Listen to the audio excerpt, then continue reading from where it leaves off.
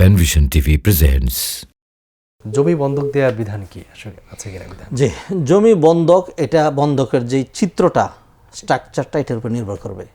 আচ্ছা, বন্ধক তো নবীজি জামানাতেও ছিল।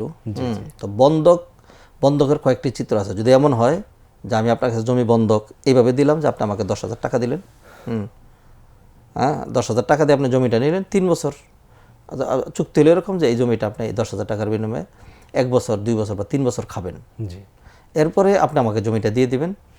টাকা দেওয়ার পর না, আচ্ছা, এই বন্ধকের একটা চিত্র, এটা বৈধ। এটা তো ইজারা হয়ে গেল আসলে। হ্যাঁ, এই ধরনের বন্ধকের বিভিন্ন রকম চিত্র আছে এক এক এলাকায়।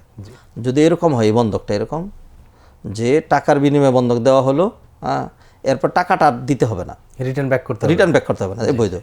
আর যদি এমন হয় যে হ্যাঁ, টাকার বিনিময়ে জমি নিলেন, জমি বুক করলেন, আবার টাকা ফেরত দিলে জমি দিলেন, তাহলে তোমরা ডাবল বুক করলেন। নির্দিষ্ট সময় পর ফেরত দেবে আর কি। এটা সুদ, এটা হারাম। সুদ আছে। এটি আমাদের সমাজে প্রচলিত জি, আসলে। এই ধরনের যে বন্ধকি সিস্টেম যেটা, এটা হারাম। আচ্ছা, এই দেখুন, যদি বৈধ করতে হয় তাহলে তাকে ওই ওই সিস্টেমে যেতে হবে, ওই ধরনের সিস্টেমে যেতে হবে।